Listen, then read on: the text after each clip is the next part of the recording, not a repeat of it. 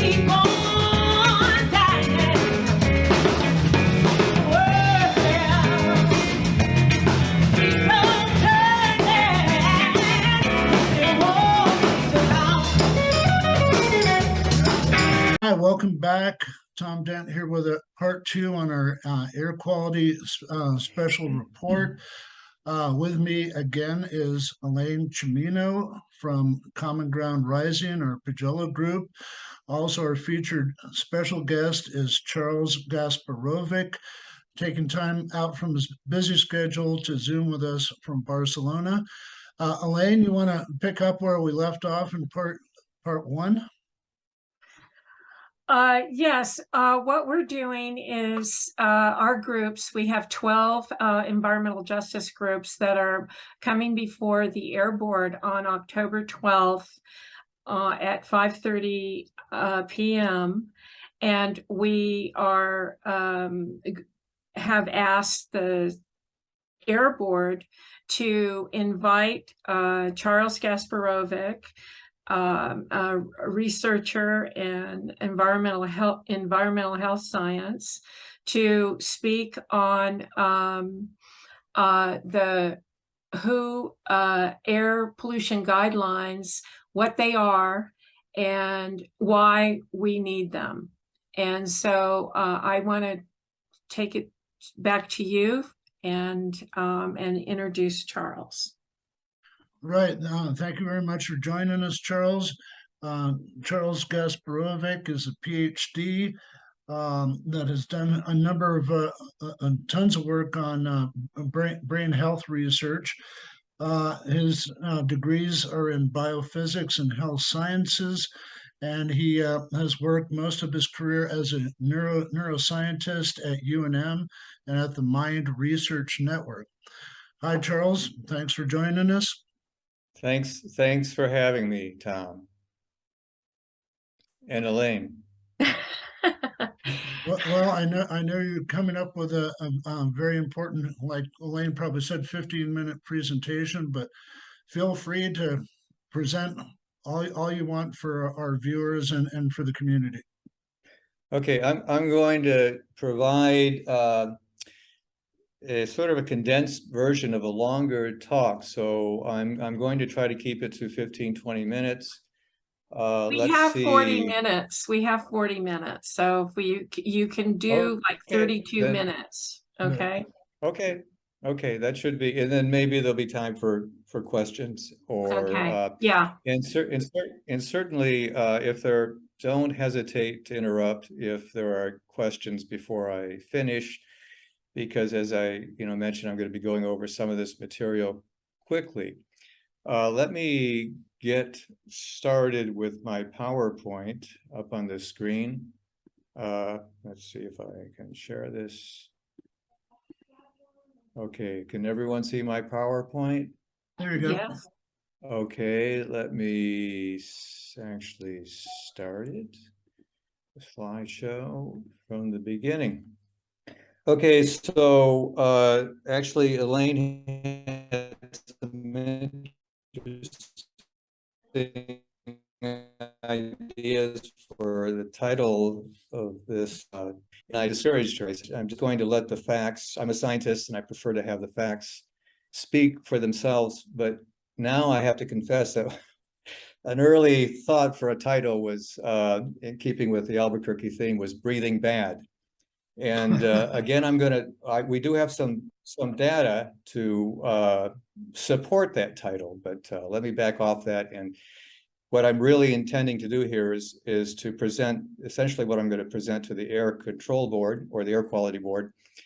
And that has to do specifically with the WHO air pollution guidelines, which have been updated recently. So we're going to talk about what those are and why they are what they are today.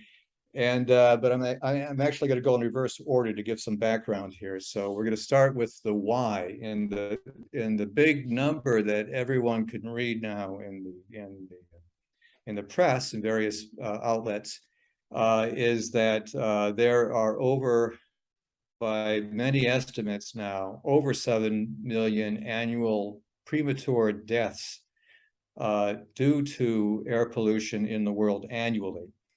But what I'm going to try to impress with everyone is that that's not, just this. We're not just talking about premature deaths, end of life, but lifelong health effects that start quite early in life.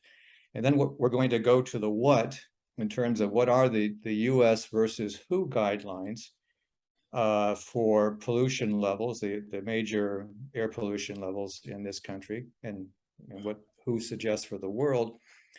And then if we don't run out of time, we'll look at the sort of a quick analysis of the air quality situation in Albuquerque today. Okay, so as I mentioned, the World Health Organization has concluded actually some time ago, several years ago now, based on studies done by others, large groups and consortiums around the world, that air pollution is the cause of more than 7 million early deaths each year. Some studies from very reputable groups, including Harvard, have estimated that number to be much higher, closer to 10 million. There is a ton of research on this that goes back over 5 decades, and the WHO has concluded that the air pollution is quote unquote invisible killer.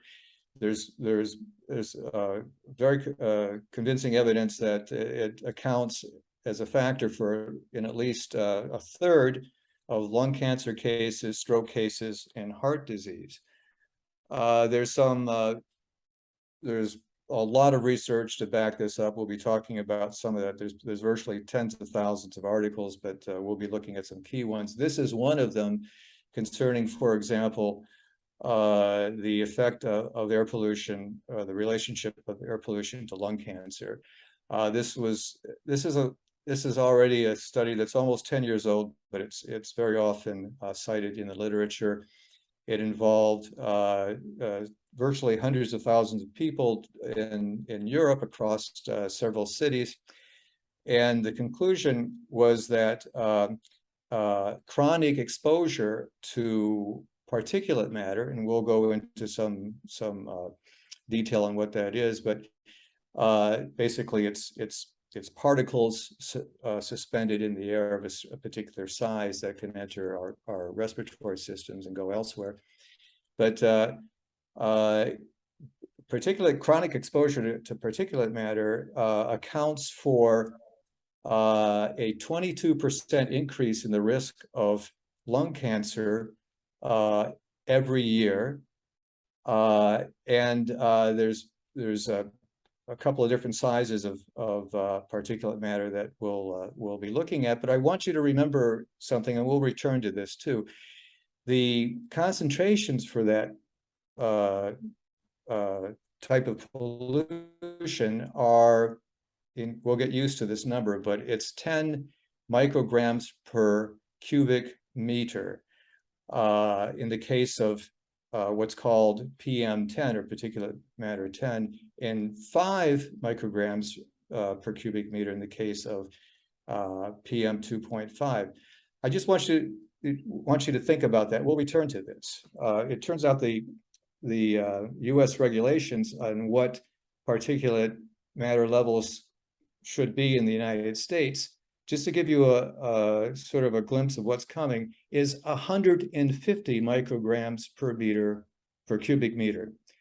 So a factor of 15 times more than what the science is telling us has a significant effect on lung cancer.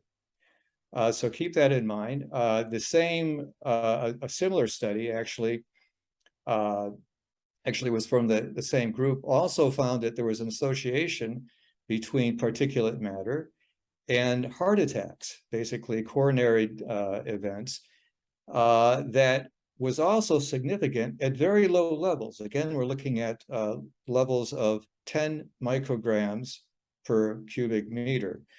We'll become more familiar with those numbers as this talk progresses, but so that's kind of a glimpse into why the WHO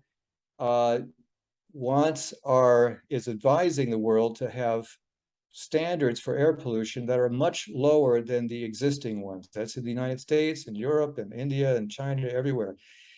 But it's good to keep in mind that we're not just talking about, old people croaking here at the end of their lives from a heart attack or perhaps from cancer. Air pollution is actually a killer that stalks us throughout our lives. It impacts greatly on our quality of life. It's even pre-cradle, because there's several studies that show an association between birth defects in the levels of the ambient air pollution in cities, premature births, which affect development from the get-go for those children, and pulmonary development. Almost all of us know some kid, or maybe we're sufferers ourselves, of asthma. But it goes beyond that, because air pollution can affect even brain development, and I'll show you some evidence of that, learning and memory, and of course cause childhood cancers too. Why is this? Because kids are really sensitive to injury when they're developing, and their brains are developing, their lungs are developing, and they're particularly sensitive. If you could make it into adulthood without having been subjected to some kind of toxic environment, you're probably better off than a young child. And then, but however, those injuries that you accumulate as an adult will finally come to bear at the end of your life. So at the end of the life, we're seeing several studies have shown now what looks like an association, certainly between stroke, which I misspelled there, it says stroke, and dementias, pulmonary diseases, heart diseases, and again, cancer. So there is one of the messages that I'd like to get across here is it's not just premature deaths. We read a lot in the paper about that now, but it's quality of life throughout our lives from the very get-go. So what is this pollution and where does it come from? Well, I think we're all on the same page on this. Anyone that's looked over a cityscape, even our dear Albuquerque, and this is obviously this is not Albuquerque. This is a picture of Madrid, which has a particularly bad problem for nitrogen oxide pollution. So you can see the smog, but we're all familiar with these kind of pictures. And where does it come from? Essentially burning carbon. I call it carbon here, but that's coal, hydrocarbons, and even carbohydrates in the form of wood. So we're carbon burners. And that's we're not going to get into any big discussion about that for this talk, but we all know that it's had major consequences for ourselves, our health, and our planet. The consequences to our health became very apparent in the 50s, when literally thousands of people were dying in major events. For example, famous one in London in 1952. Basically, it was a smog attack, and the term smog came out of those incidents of a combination of essentially back then it was mostly coal smoke and bad fuel burning out in cars. But in the early 50s in London and in the United States, in Los Angeles and other major metropolitan areas in the world, people were dying in the thousands. I think the number in London was over a short period of time, 4,000. And so, obviously the alarm bells went off, and our country was in the vanguard of this. England was also, but we started to pass things like the Clean Air Act, initially in 1963, then it was upgraded over the years. Yes, Tom, do you have a question? Yeah, if I could interrupt real quick. I Yeah. grew up in New Jersey, and I know over the 60s and 70s, from like New Brunswick straight to New York. That was known as Cancer Alley, and there were thousands of deaths back then. Yeah, yeah. And I grew up around Detroit in Saginaw, next to steel mills, and I had the same experience. So yeah, we've those of us, I don't think even doesn't require living as long as we have. We have some memory because it's still a problem in everywhere essentially. And the reason is this, okay? So back in the 60s, these acts were passed and they were improved over the years. And so what, and they were effective, okay? But what happens? We double in population. The world doubles in population up to the number I have there here is from 1963 to 2016. It's even larger now. I don't know if we're at 8 billion yet or not, but we soon will be. So the population has doubled. And what else has happened? Have the number of cars and buses and trucks doubled? No, they've gone up by a factor of 10. And we know why. That because we depend on it for modern life. And so transportation has shot through the ceiling. And so now it's amazing to look at these numbers, to think that there was actually at one point only 127 million cars and trucks in the world back in, when Tom and I were young. Now it's 1.3 billion. Of course, that's the number I got from 2016. I forget the source. I wish I could quote it, but I'm sure anyone can find this. So it's ridiculous, and we know why. We're burning more carbon-based fuels, more fossil fuels. Wood burning is actually a big problem in pollution, particularly in Asia, where people are cooking on their stoves at home with wood. Wood burning is the problem in Albuquerque too, as we're going to see evidence for, and we're all familiar with winter wood burning in Albuquerque. So, what are the major human sources?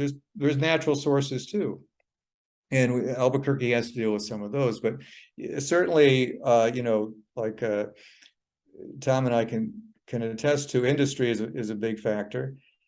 I grew up next to a steel mill. I live next to one now, which is sort of piqued my interest in pollution in the last decade. Power plants, Four Corners, Albuquerque, New Mexico is right there on that one. Elaine and I have talked in the past about, fracking and oil and gas extraction. Traffic, still the big one. It's still very big. It depends where you are. This mix of contributions is not always straightforward to figure out. And so studies would have to be done specifically to see in any particular zone of the city what the major contribution is, or the contributions are to pollution. But we can't forget agriculture, construction. I mentioned fossil fuel extraction, and Albuquerque certainly homes. Burning wood is a big problem. Waste disposal and incineration, huge. Okay, so this is all, I call these human sources, anthropogenic sources. Let's look more closely at them. When you see a big cloud this is from the steel plant right next to where I live now. This is a bad day, but it's not that unusual. So we're looking at usually a mixture of gases in pollution. These are gases that are measured in cities also across the world now. These are the major pollutants that even in Albuquerque are being measured, at least at some of the stations.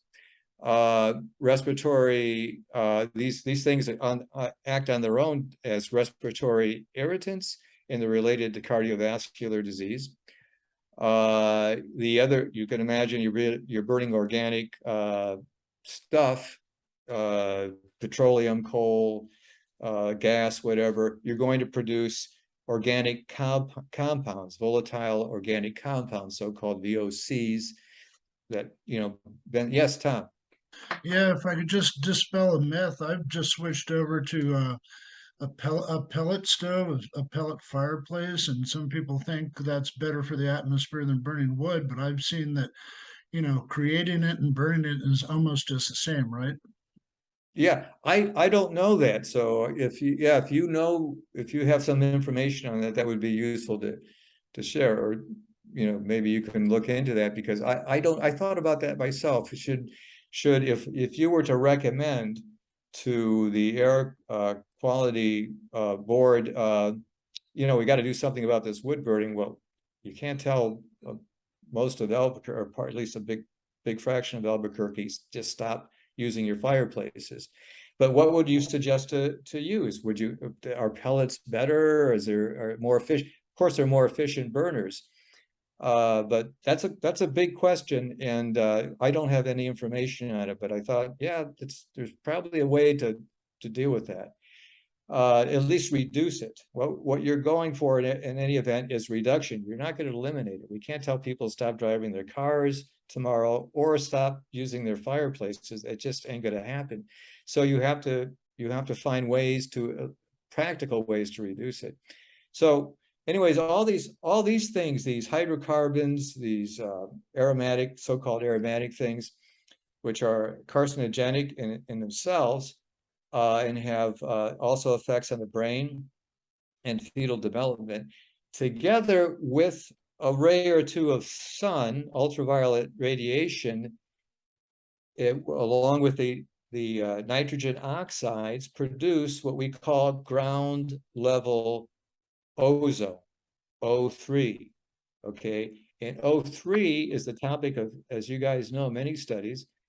And it's what happens is that these it takes daylight to make, so the ozone usually shoots up during the day, particularly on sunny days, and so you see seasonal daily and then seasonal changes in ozone levels, and it's related to the fact that you need sun to do it. Ozone on its own is not necessarily bad. Like I should say, it protects us from radiation that we'd rather not have in the upper atmosphere, but in the troposphere where we live, it's toxic. Okay, it's an irritant. It's a very strong oxidant, and so it attacks our molecules, attacks our epithelial, the lining of our lungs, and it's also been associated with, as we'll see, cardiovascular problems, and as well as death. To this mix, you can if you're burning coal or a dirty fuel, you can add iron, lead, nickel, mercury, arsenic, cadmium, anything that comes out of the earth along with the coal, or comes up with the petroleum. These are also neurotoxins and metabolic toxins and carcinogens. And then you have the sort of the king or queen of the whole thing, which is particulate matter. I mentioned that earlier. Okay, these are particles, fine particles in suspension. They don't settle. They stay in the air. You breathe them. And what are they? They're a mix of everything. Now, I'm just talking about anthropogenic particulate matter, but they really are toxic cocktails, as I say here, because they combine all those bad things, and they form in the atmosphere. They form from incomplete combustion in engines, coal burning, any place in wood burning. They're forming when the forests are burning in wildfires, and that's another problem that Albuquerque has to face. And unfortunately, you can't legislate against forest fires, but you might be able to reduce their impact and their incidence. But they're basically, as I said, they're a combination of all those things that we looked at, and they come in. There's a range of sizes that we have to be concerned about. It usually starts at 10 micrometers in diameter. Now, what's 10 micrometers? This graph or picture from I'm pretty sure was taken from the EPA site, gives you a feel for, you know, what 10 micrometers looks next to a human hair, which is about, they say, 50 to 70. So it's a tiny little particle. They're microscopic, you can't see them. And when people refer or measure particulate matter 10, they're talking to all the particles that are less than 10 micrometers. So 10 and down, all the way to the tiny ones. When they refer to PM 2.5, they're talking about 2.5 micrometers all the way down. And there's a category called ultrafine, which are so small they can even cross the alveoli in your lungs and get right into your bloodstream. The other ones can have effects in terms of creating inflammation in your lungs, and that creates a whole host of problems too. So you're not safe with just because the particles are a little bit bigger. They cause problems too. You also swallow them, you eat them, and they go into your digestive tract that way.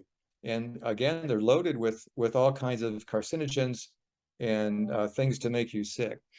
So and then and we'll see one study of this, but there's evidence that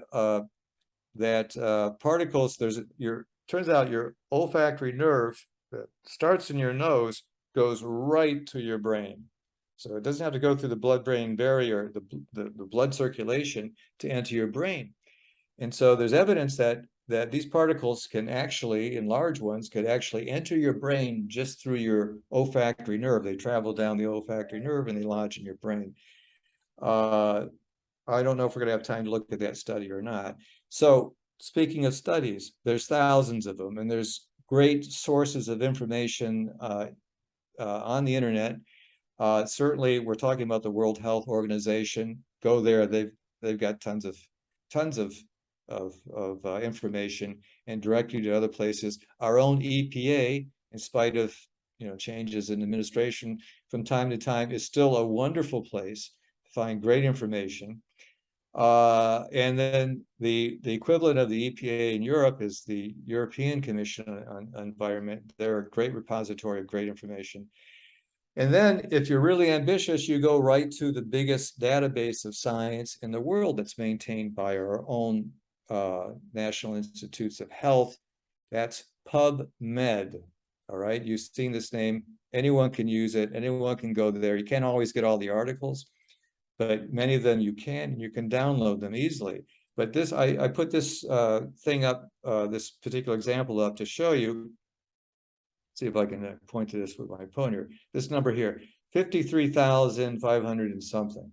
That's the number of, just by typing in air pollution into PubMed, the number of articles it will come up with. All right. The published peer-reviewed articles that make it into PubMed. Okay. And just to give you, for instance, also just in the last 12 years, half of those have, about half have been published. So in the last decade and a little, an enormous amount of research has been done. Imagine 25,000 articles have been published. These are epidemiology studies. These are smaller studies on humans, and also studies on animals, exposing the poor hapless laboratory rats, for example, or mice to pollution, and seeing what the effects are. So both in humans and animal models, this has been studied extensively, and the consensus is indisputable. There's no room for denial here. So one of the, I'm just going to go quickly through a few studies, and I'm going to maybe get about half of what I put on here, I think. But here's an important one from this last period of the last 12 years or so that came out of Mexico City, which is, unfortunately, it's kind of it's a laboratory for the effects of pollution on humans, because it is so bad. So they have a lot of, mostly diesel burning cars and buses and trucks. Anyone who's been there knows what a beautiful city it is and how interesting it is and what wonderful people they are. But you don't want to get behind a bus. It is pretty dense with pollution. So the researchers there have exploited that to look at the effects of pollution in this particular study on children.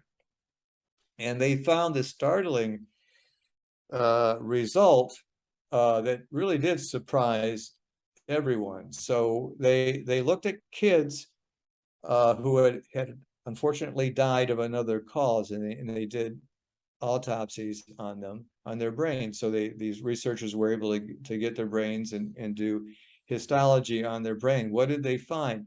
They found this same kinds of plaques, amyloid plaques, that we find in Alzheimer's, which is a hallmark of Alzheimer's, and also the same kind of plaques, alpha-synuclein, that we find in Parkinson's in children.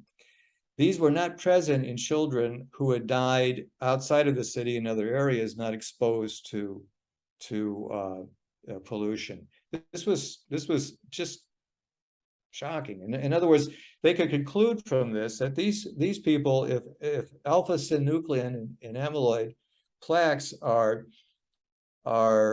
causes of Alzheimer's and Parkinson's, perhaps later in life, these guys have got a head start. Those kids that are breathing that air every day, the whole population essentially, are going to be probably facing mental health or brain problems later in life, dementias and things like Parkinson's. Okay, so let's zoom 10 years up here in 2018, 10 years later, people have done plenty of work to try to figure out what's going on in these people's brains that would cause that. And there have been many great studies done. This is one of them, where they use MRI, which is something I've used a lot in my career to look at the brain. And what they found was that kids that when they were fetuses, prenatal, where their mothers were exposed, they lived in polluted areas, and so they were exposed to heavy air pollution. Their brains developed differently. So there were changes in the development of the cortices of these children, and indeed these changes correlated with impaired inhibitory control. What's that? That means you tell a kid not to do something, he's going to do it anyway. He can't stop. This is one of the favorite paradigms for looking at maturity and development of the human brain, it turns out. So they did these tests. So the brains had changed in terms of the cortical development, and that had a consequence in terms of behavior. So plenty of studies to back this up. This is more of the same. So I'm going to go just quickly through this. In Barcelona, they've done tremendous studies where they basically looked at children's performances in school over a period of a year or two, and they saw how they improved in tests of memory and attention, and in other words, learning. They correlated that. They found that there was a correlation between that and the amount of particulate matter.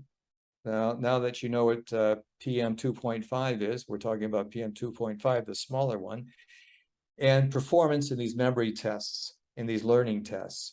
And this has been repeated in other parts of the world. So neural development. So even and you think, well, you know, I'm fine, I survived it somehow. Did we really? Did we really? I mean, Could we have been smarter? Could we have performed better in memory tests? Could we be in the future now avoiding dementias because of if we had been less exposed to these factors? So again, it's a quality of life thing. It's not just end of life.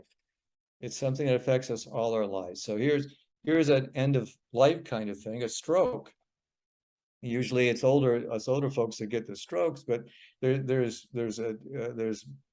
very convincing and a lot of evidence that shows how particulate matter contributes to arterial sclerosis, which basically, as we all know, leads to the buildup of these plaques in the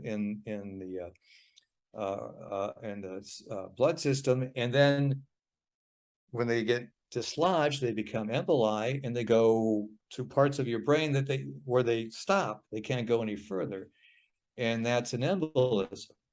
Thrombosis is when the plaque actually develops right in situ in that part, and it in the brain, and it stops the flow of blood, and you have a problem. You have a stroke. So there's plenty of evidence to show that. There's related to that, there's growing evidence from large study. Here's one involving almost 20,000 women, 7 to 81 years old, that this was in some large study involving nurses. So these were relatively sharp women that probably were treating themselves well in terms of doing all the things that you're supposed to do to avoid dementias, right? So this is not actually a representative group. These are a bunch of smart women who were maybe healthier than most women. You can't always guarantee that, but on the average, they probably were. And yet they found that there was a correlation between previous exposures over the period of the study, 7 years, to particulate matter, both PM 2.5 and 10. Tom, you have a question? No, I'm saying we have about 5 minutes left. I do have a quick question that Okay. we've been talking about on social media, and it has to do with that ozone 3. And people are telling me that this stuff is generated just by, idling your car, and all these people in traffic jams that are sitting there letting that go. And they say, this is just general talk on social media, but they say that combined with the other things you're talking about, and lead and mercury, have led to the fact that people seem to be sort of losing their minds in droves lately, or not making great decisions. I think that's an interesting idea. Of course, it'd be difficult to study, but I have one talk that I give to in Spain that basically, in the English translation, is how pollution makes us dumber. It's more focused. It's more focused on the neuroscience, which is more my area of expertise. I'm going. Okay, as long as we only have 5 minutes slides, it turns out I'm almost done. How much is healthy? Okay, I think we've seen the evidence. There is no threshold. And that's common sense. I always tell people science is common sense with a few more rules. Well, a lot of rules and more data. But it makes sense. If someone hands you a glass and says, I only put a little arsenic in here of water, you're not going to drink it.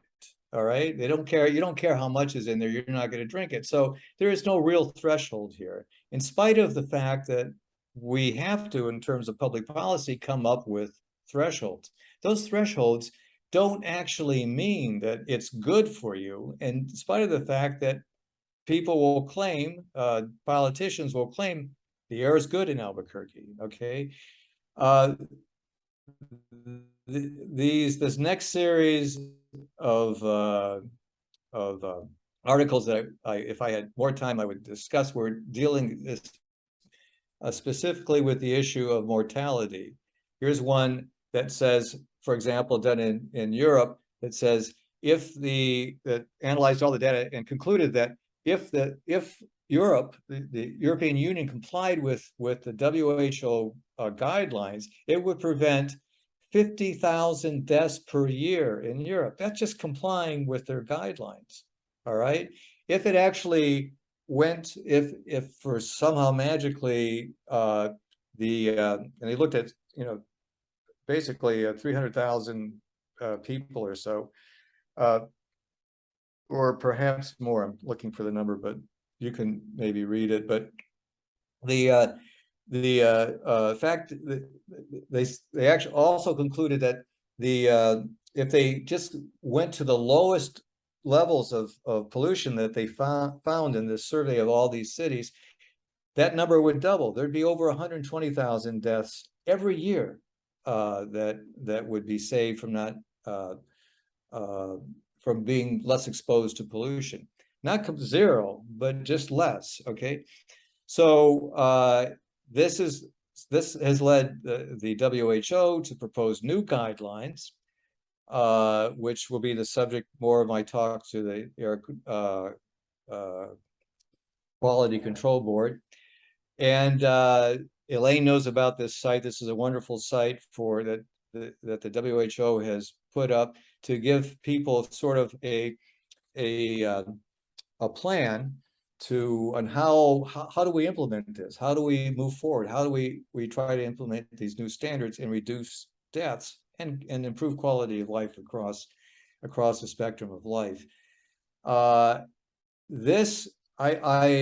urge everyone to go to the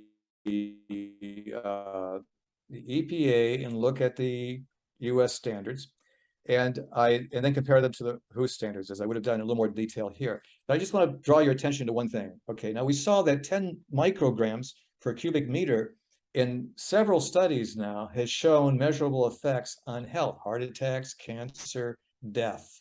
Okay, the WHO guidelines, right, the updated guidelines is, okay, in 24 hours, you shouldn't be exposed to an average of more than 45 micrograms per cubic meter. Remember, WHO is not saying this is a threshold below which everything's okay. They're saying there is no threshold, but let's try to go for this. And annually, it should be no more than 15. I want you to look at Exhibit A over here. This is the U.S. guideline in 24 hours. Compare the numbers. 45. We all know that 10 it has an effect. 10 micrograms per cubic meter. 45 versus 150. Okay, it's astounding. It's more than 3 times the amount that WHO is recommending, and indeed much higher than. I'm not going to have time to talk about the European standards, but the Europeans are better in some categories in this. So when we look at how these things are measured in Albuquerque, the pollutants, they're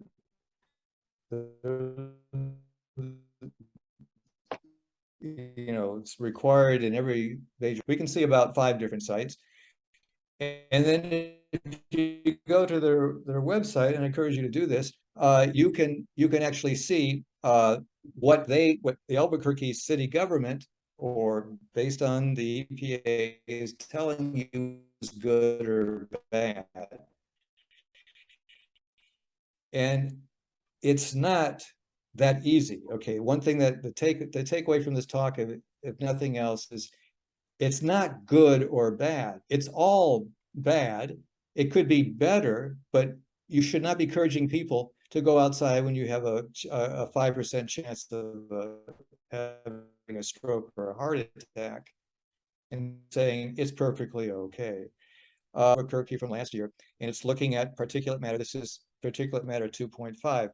For your, this is the new WHO guideline, this black line down here, that's 5 micrograms per cubic meter, okay?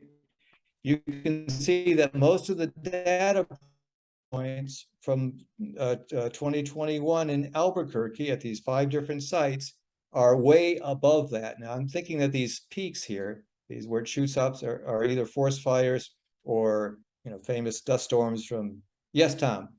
Yeah, Do I'm you have a terribly question? sorry. Is I'm is terribly that it? sorry to cut Okay, you short. We're running out of time for okay, the show. We're trying to devote most of our show Let's to let's let to them this talk. finish the Albuquerque section if we All can. right, all right. We're almost okay, totally out of we're time. almost done. This is this is the data for PM10 to show similar lines. A factor of 3, at least at 3 different sites in the North Valley, South Valley, and the Jefferson site. The air quality, this would take some time, but believe me, this rating of good from 0 to 50 is not accurate. I'm going to skip over this, what they think is good or bad. For example, on this particular day, they said that a rating of 45 was good. If we convert that to what the actual concentration was, we see on the day they said, you go out and have fun, this is not going to bother you. There was a 5% increase risk of heart attack. There was a 5% increased rate of death based on these studies. And there's a chronically higher increase of Alzheimer's and other dementias. So, but according to the website, it's all good. All right. And that concludes my talk. Thank you very much, Tom and Elaine, for giving me the extra time. Yeah, you bet. Thank you very much for taking your time with us. Incredibly valuable information. Elaine, what do we have coming up for part three? And you wanted to post a graphic with some information for us? Yes, in part 3, we're going to have some of the different entities from the American Lung Association, from the Air Board, from the groups, the 12 groups that we have in our group that's going forward and asking for the WHO guidelines to be implemented for Albuquerque. So we'll put up a graphic as to where you can listen to the to Zoom the Air Board meeting on October 12th at 5:30. You can go to the website of the Air Board website, air quality, and on the /events, they will have the day of the meeting, and under that, they will have the Zoom link. So everybody can go to the Zoom link and they can come into the meeting. They could hear Charles Gasparovic's talk to the Air Board and our request to them, and to also put comparative data between WHO guidelines and the EPA. All right. Thanks very much, folks, for joining us. We'll have a good weekend. We'll see you next week on That Saturday Show. Hi, Tom Dent here at the Peace Center. We're doing an interview with Justin Allen, who is the Inclusive Democracy Organizer for OLE. And as we see, as we have one of the most important elections as far as preserving our democracy and human rights coming up on November 8th, Justin is working with this group for election protection, de-escalation, making sure that there's no intimidation, violence at the polls. I'm probably not saying enough of that, but we've seen efforts for voter suppression happening in a number of, let's say, red states, gerrymandering, cross-check, people thinking that the last major election was a lie. And I guess you and your group, Justin, are working to make sure that the polls are safe and we have free and fair elections, right? Yes. We at OLE want to make sure that everybody's voice counts and everybody's voice matters. We want our community to feel safe at the polls. So OLE is hosting 3 events for community members to get engaged with voter protection and de-escalation training. Those events will take place October 5th, October 19th, and November 2nd from 6:30 to 7:30 p.m. This is a training opportunity for anybody that's interested in learning more about how to protect themselves and our community. this past year, the past years have shown us ever since 2016, there's been an increase in voter intimidation and harassment at the polls. Intimidation and harassment typically happens at polling stations where people of color turn out to vote. So we want to make sure that our community feels safe when exercising their rights. Yeah. Well, we've seen in Georgia and in other states where they're limiting polling places. They're discouraging certain groups and age groups to be bussed out to the polls. There's been legislation written where you can't even hand out water and free food to people that are waiting in these very long lines to vote. And we've seen the cross-checking happening across the country, and groups of voters actively being purged by secretaries of state. Yeah, it's very important to get involved in the process, to contact your Secretary of State or your local voting clerks. Make sure that your registration is up to date, that you haven't been purged, and that you're and that you feel safe going to the polls and making your vote count. So I'll be providing my contact information for anybody that's interested in participating. I also work directly with community, so anybody that has any questions about voter protection or de-escalation, you can reach out to me by phone or email, and I'll provide that information. I guess the main thing for me is I've had to fight for my voting rights, and I think that when individuals are disenfranchised, it's difficult to re-engage individuals. So that'll be some of our work coming up after the election. We'll be engaging community members who have been disenfranchised. We'll be reintroducing a bill to restore voting rights to formerly incarcerated people, and also just making sure everybody is included. Every voice counts. Everyone matters. Prior to this work, I never used to care about politics because of felon disenfranchisement, and this system, these voter suppression tactics are intended to discourage people from participating in democracy. We know that participation in democracy and civic engagement reduces recidivism. But aside from that, there's other community members who are excluded, and we just want to make sure that everybody has the opportunity to participate in democracy as citizens. Mm-hmm. Some states seem to have very successful campaigns like mail-in voting, like in Oregon and stuff like that, and other states have tried that out, and there's blowback, and they're trying to eliminate that as well as early voting. Yeah, there's a lot of disinformation about election fraud and ballot harvesting. Since I've been eligible to vote, I've participated with mail-in ballots. Mail-in ballots is a safe way to vote. There's no issues with the mail system. There's nobody, they're not counting dead people's votes or all this false narrative that's being spread by election deniers. Mm-hmm. Election deniers are a threat to our democracy. Some of these individuals actually believe that the last presidential election was a fraud, but there's no evidence to support that any fraud was committed. I believe that it's just another way to suppress entire communities from participating. Really?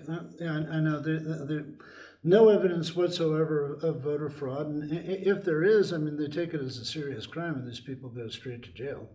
Yes. The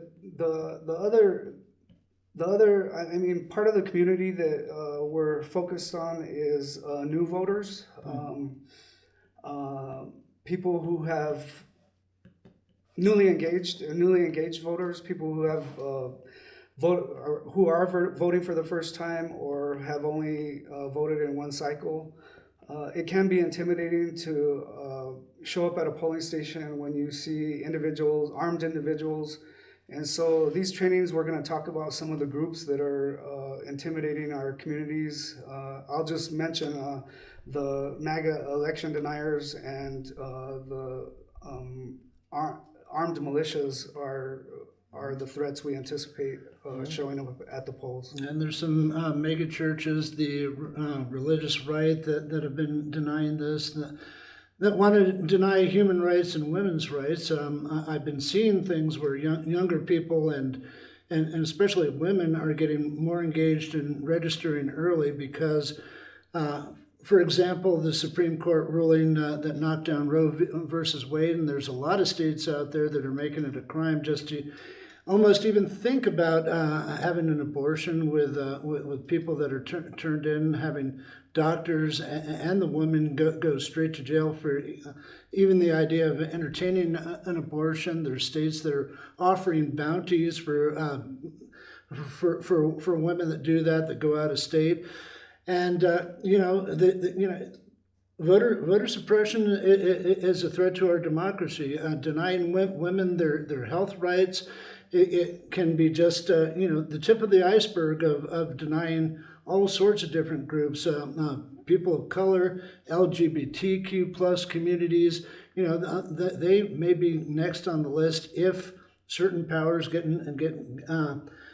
certain people get in power and start writing laws to suppress human rights and rights of people of color.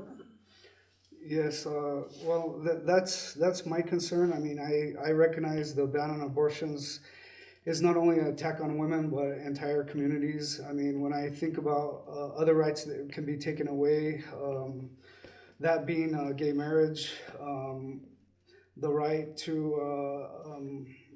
the right to transition. I mean, there's a bomb threat at this big hospital in Boston. People have been intimidated in the schools. They're ready to turn parents over to CYFD type of entities for corrupting their children. They think that they're by transitioning and talk in school and all. I mean, there's one state, Idaho, where they're saying in schools and colleges and stuff like that, you can't even mention things about transitioning and what's going on in gender communities and even using gender pronouns. So do you want us to put up a graphic, or do you want to give up?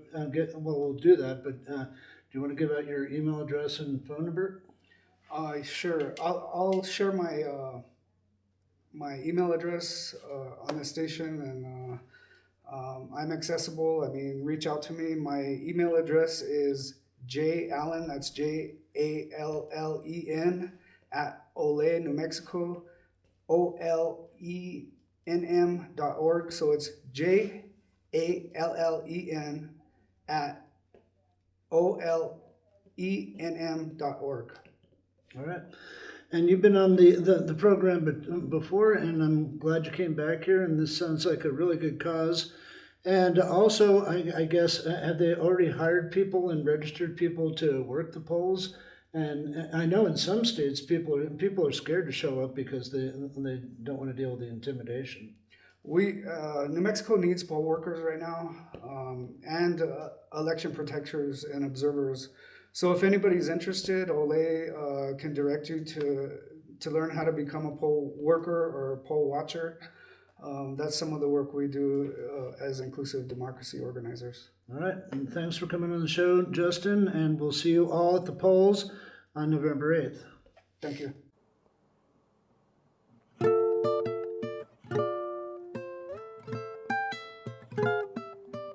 Until the next time, it's time to say goodbye. When you out here in the streets, keep it real, 505. We love everybody, we just want to let you know. Thanks for tuning in to that Saturday show.